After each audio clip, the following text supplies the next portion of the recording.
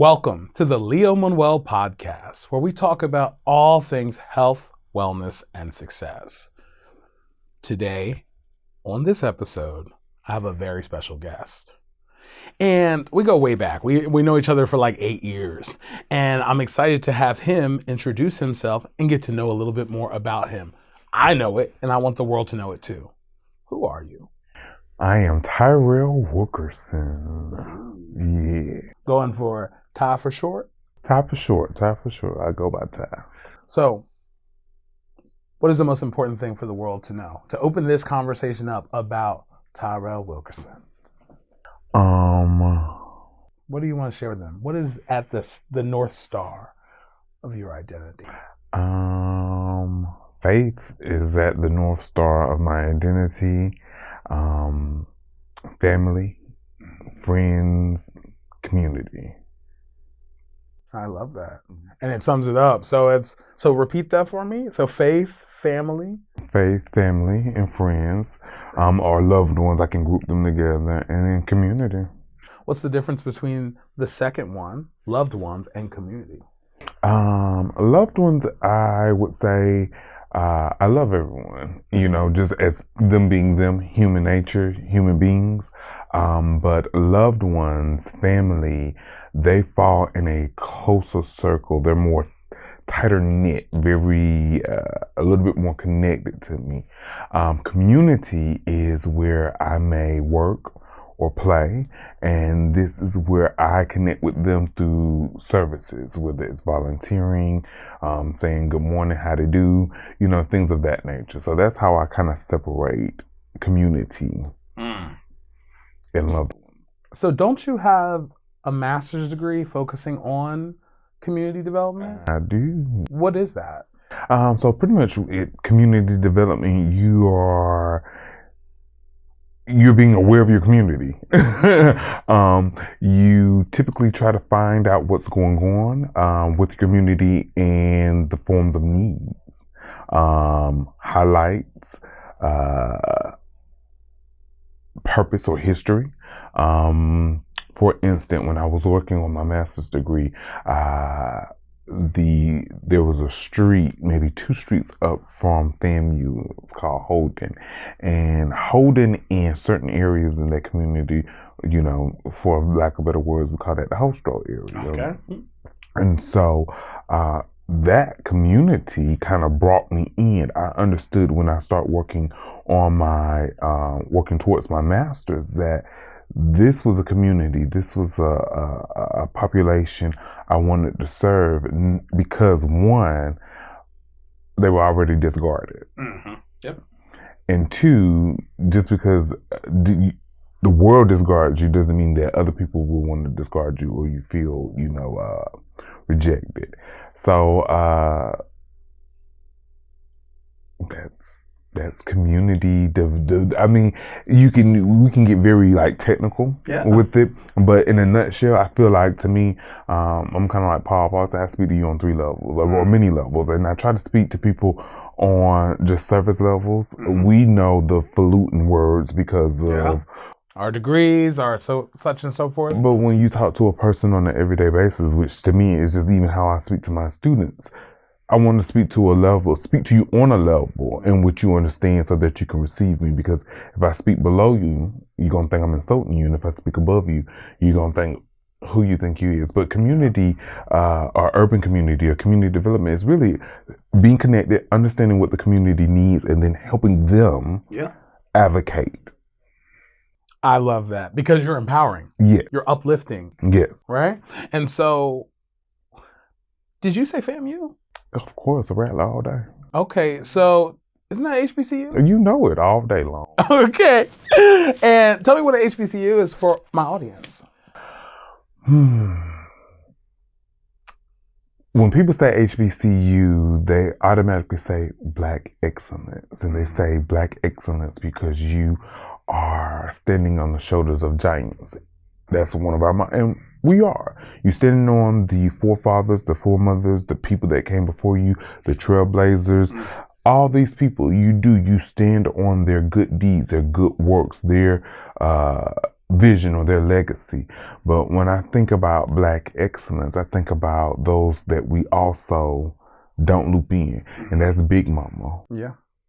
That is Auntie them. There's all these people who work hard to make sure you get to this place of excellence. And so when I say I stand on the shoulders of giants, not just those we know by name, those prestigious names, when you hear the Malcolm X's and the W.E. Du Bois's and all of these, the Booker T.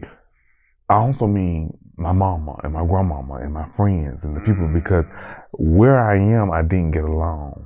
I didn't get there by myself. Okay. So I'm surrounded, even with you, Leo, around so many wonderful, great individuals and minds. But HBCU, Historically Black University, it is a place where you get to learn, you get to breathe, you get to live your culture, not only on the academic level, but on the cultural level, to go and see people that look like you, but are cut from an array of differences. But to be devil's advocate, and just, and sorry for cutting you off, but to be devil's advocate, why is that even important? Why is it important that people look like me or I see myself? What's the point of that? Representation. Representation is important. It's just like, for instance, typically, you know, when Barbie dolls begin to have different complexions, it's innate for most parents to get action figures or dolls that reflect or resemble what themselves or their children look like, so that they can feel like they are being represented. Sometimes just being present is a loud voice. Sometimes being just present is a loud voice. It lets people know. Even if I was standing at a podium and I'm looking out and I see someone that I've never seen or that looks like me, it gives us a sense of confidence. It's just natural. Yeah. It's just natural to learn with people that look like you. And when people say, think like you, I don't want you to think like me, but that have shared commonalities with me. And shared values. And shared values with me. So, you know, that's what I mean when you get to learn in the essence of your culture and the richness of your culture. All of it. I love it. All of it. One of the key components of what we talk about on this podcast in health, wellness, and success, do you think representation draws the pathway of success? Can one manifest success without seeing success within themselves? When you say within them, their own selves, or within the people that look like them? Let's go with that one. So yes, one can be successful without being around people or going to a HBCU or a thing. Now, does it make you feel more grounded? I think so. Going to an HBCU. Going to an HBCU or having that representation of people that look like you in your community, it gives a sense of comfortability and groundedness, but it doesn't automatically mean that you can't have that level of success if you don't have it. So you can. I have known individuals who have gone to schools that are opposite of HBCUs, but still are very intelligent, smart people. And often they're written off for not being for the culture because they went to something different or contrary to what we believe in the Black community is Black enough.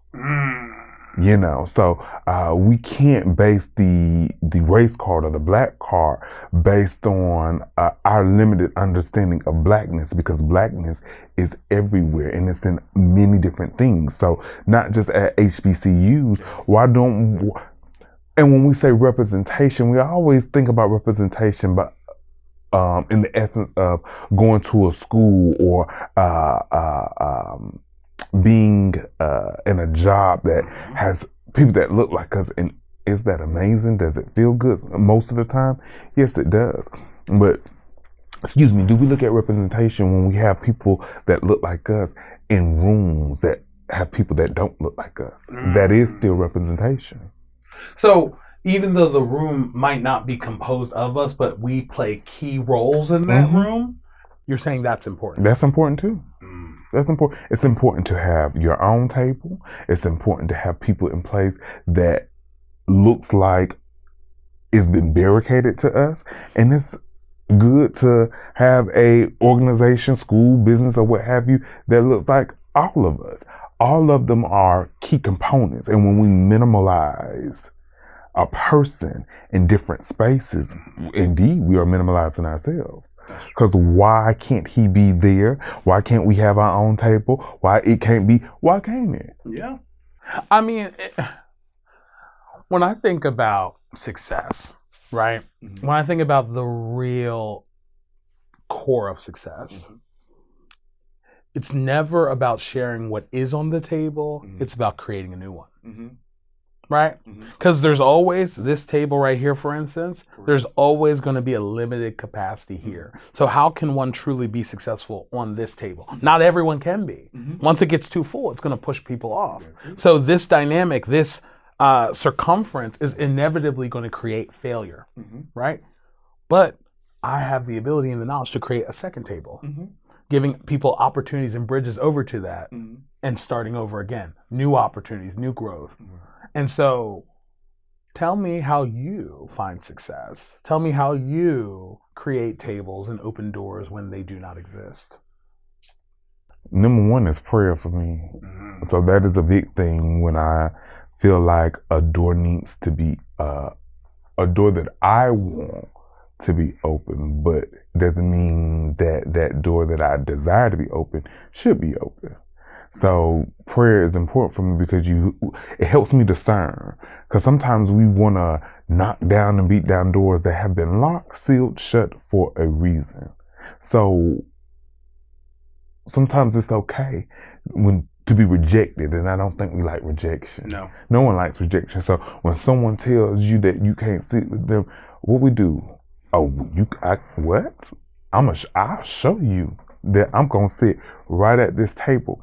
And then we get there and then we realize that we're miserable. Yeah. So you have fought and you have elbowed and you have kicked and you have Charlie's Angel your way to this table. And then you sit there at the table and you realize, I don't even like the people I'm at the table with. No. Nor would I ever think I would or thought that I would want to break bread with the people at this table. But now you're there. Now, do you got to stay there? No, because we all know how to push away and get up.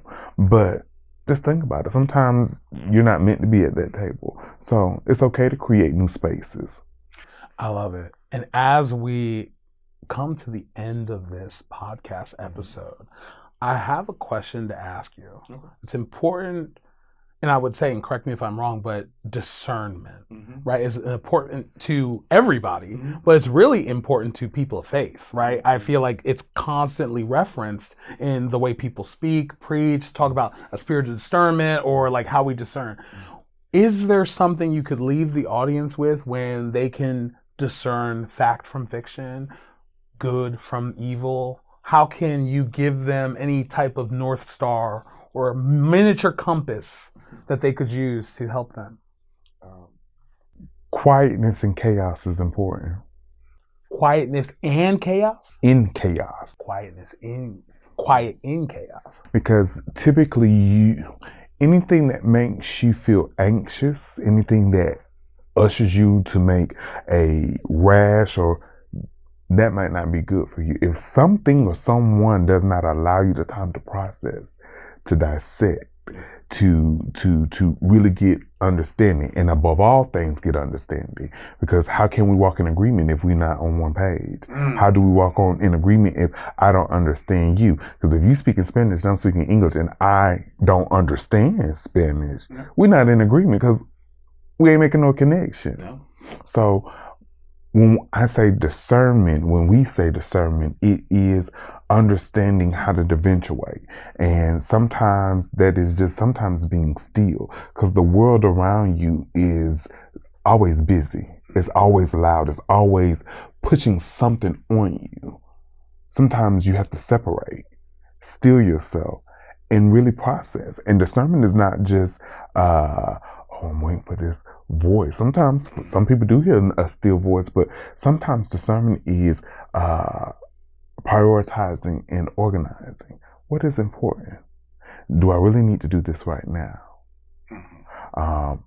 Do I feel angst or rushed? Is it causing me dread than excitement or hope or optimism? So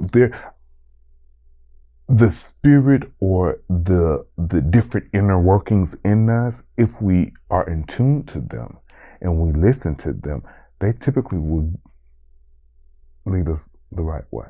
And it don't always, other people may not always understand. And that's okay. And that is okay. I love that. So I want to make sure I quote this correctly, keeping your quiet within the chaos. It's remaining quiet within the chaos. Remaining quiet within the chaos. And I want to make sure that we're leaving on that note to understand that keeping focus, keeping still, keeping present, listening to yourself, connecting is all a part of this connection, this overall discernment. So, Todd, thank you for being here, leaving my audience with something that is going to make them successful. You gave them the breadcrumbs, and now it's up to them to use it. Yeah. Now, if you have questions about discernment or success, leave them in the comments.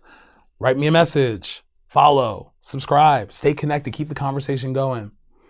And Tirrell, it's been an absolute pleasure. And you too, Leo. I enjoyed it. Thank you for having me. Please let me know if you want him back so we can talk more about discernment and keep that conversation going. But I'm Leo MonWell, and for all things health, wellness, and success, stay tuned, stay engaged, keep the conversation going. Take care.